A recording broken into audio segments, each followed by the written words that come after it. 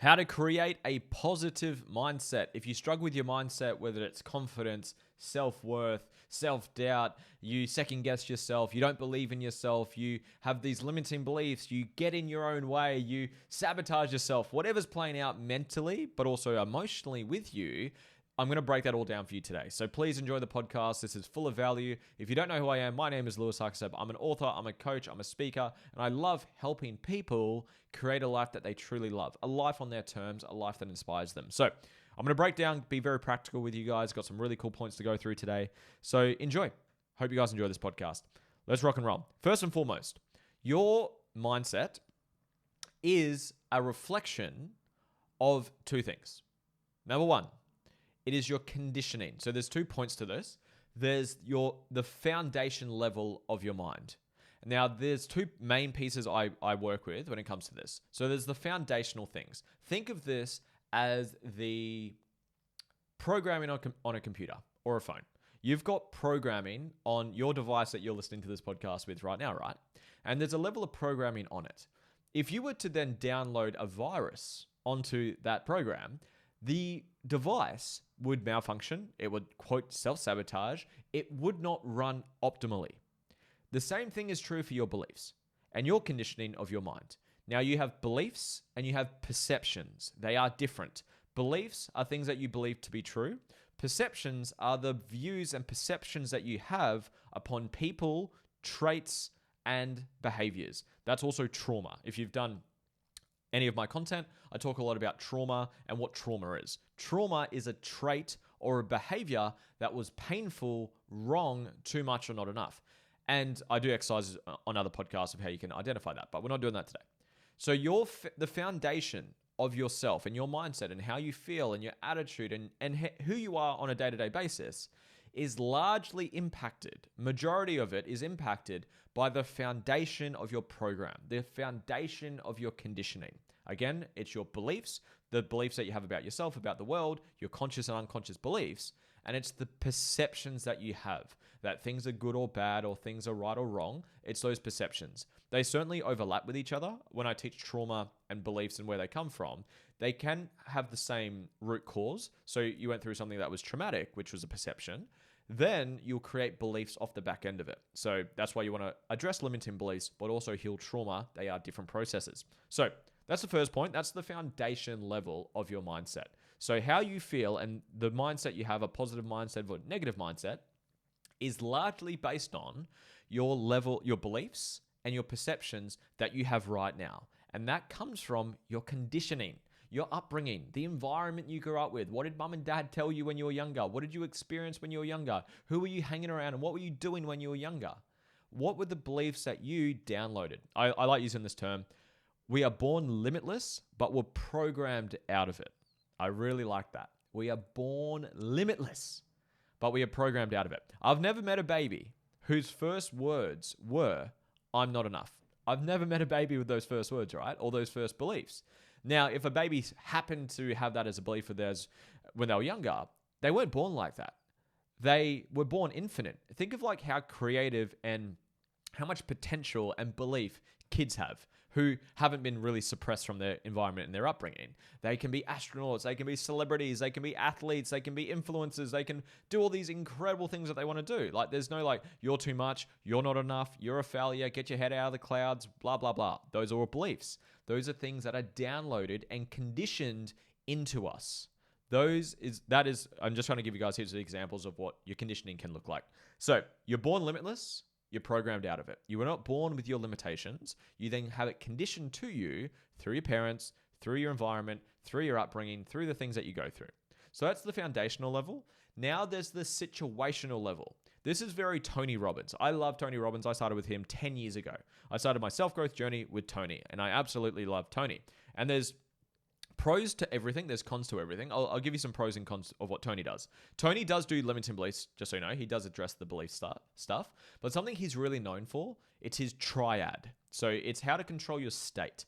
So your state, he defines it, is your emotional state of mind at any given moment. So right now, if you're feeling positive right now, you have a positive state of mind. If you're feeling depressed right now, you have a depressed state of mind. It's how you feel and think in the moment. And he teaches the triad. So it's a triangle, Illuminati, if you're watching the screen. So there's 3 pieces that add to your state at any given moment. How do you feel at any given moment comes down to 3 things. Number 1 is what you're focusing on.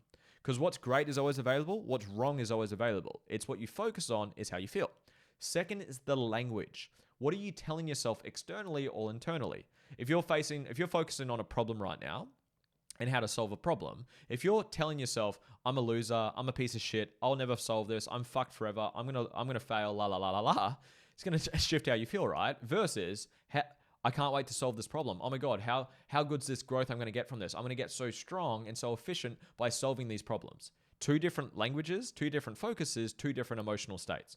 Third is physiology, how you move your body, how you move the vessel that you have. He says, your body is a remote. How you move it and use it will put you on different channels being the metaphor for your emotional state. Think of someone he uses as an example. Say there's 2 doors. And behind door number 1, you've got someone who's depressed in a really shitty, suffering state. If I was to get you to guess, what is this person doing with their physiology, their focus, and their language, you could guess what they were. Let's go through it. So behind door number 1, someone's depressed. Let's guess and assume, what are they focusing on? Are they focusing on all the positive things about the world, all the growth, all the lessons, and how amazing life is? Or are they focusing on negative things? How they're a failure, how things happen that were wrong, and they fucking hate people, and this sucks, and I'm a loser. Are they thinking of the positive or negative things? Which one? You know the answer. It's negative. Great, that's their focus. Language is the second piece. What would that depressed person be telling themselves? Empowering things like, I'm amazing, I can solve this, I can handle anything life throws at me, I'm amazing, I'm loved, I'm worthy? Or would they be telling themselves negative things? I'm a loser, I can't handle this, everything fucking sucks, I can't handle life, la la la la la.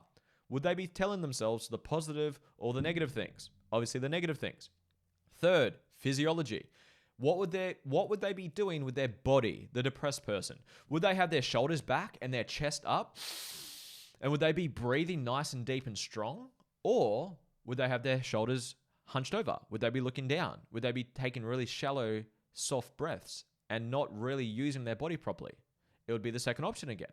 So it's like, you know these answers. Why? Because you've done it before. You've been negative before. You've told yourself negative shit before. You've had a bad physiology before. It makes sense. So that, however, this is the challenge that I got with Tony. So I learnt this when I was 18 years old. And he says, change your state, make your move. If anyone knows Tony Robbins, you know what I mean. Say yes. And he has, essentially, I took you might have heard the analogy, when you're holding a hammer, everything looks like a nail. So I learned this tool. It was like the very first mindset tool I ever learned. And it was change your state. And I used to think that was the cure to everything. If you're depressed, change your state. If you're anxious, change your state. If you got trauma, change your state. If you're feeling like a fucking loser, change your state. That was like it was a band-aid for everything. It was the solution to everything. But that's not the case. That's good for in the moment. Don't get me wrong. When shit hit the fan, when you got to step up, when there's a problem and you need to be present, you need to be a leader, you need to do what you need to do to solve the problem, the show must go on. That is a beautiful tool to use in the moment.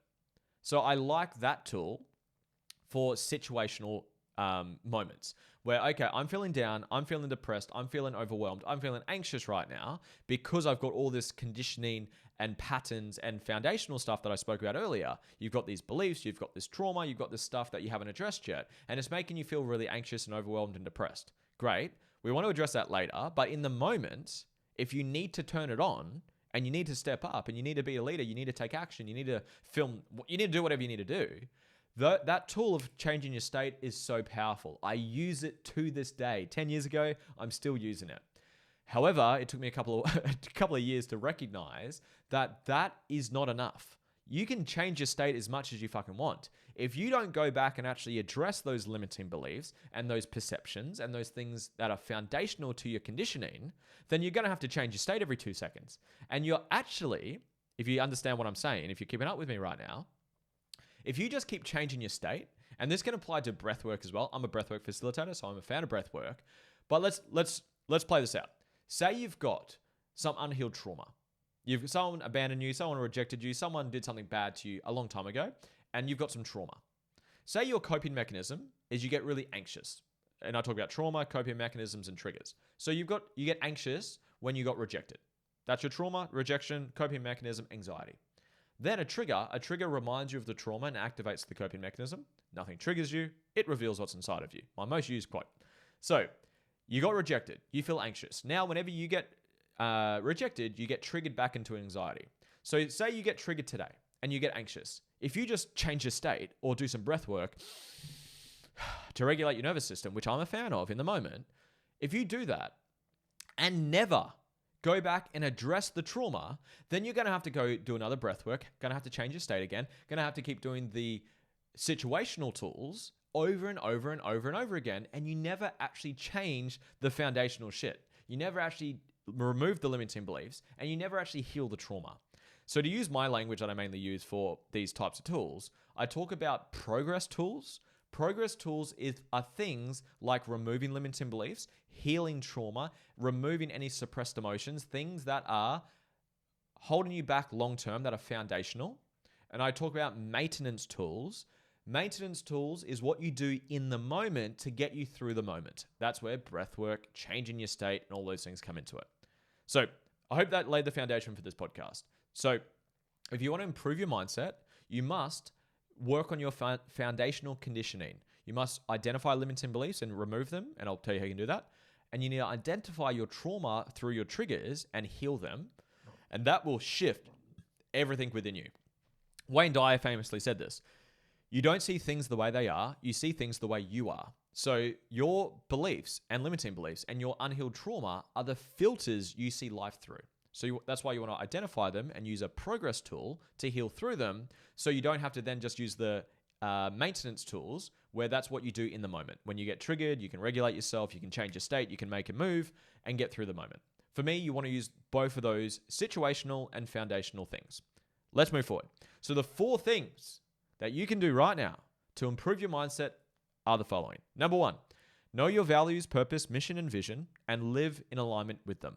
When you are not living to your values, and I talk about values almost every single podcast I do, values are areas of life that fulfill you. People think things like honesty, loyalty, integrity, control, freedom are values. They're not values.